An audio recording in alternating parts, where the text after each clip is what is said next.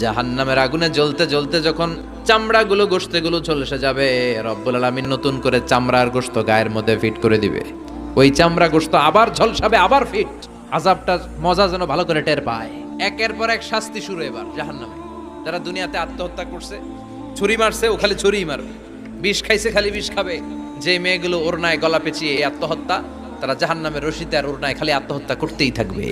যারা স্মার্টফোনের ভিতরে ইন্ডিয়ান নায়িকাদের কোমর দোলানো ডান্স দেখেছে, অশ্লীল ভিডিও দেখেছে, জাহান্নামের গরম শিক চোখের ভেতরে ঢুকিয়ে দেওয়া হবে।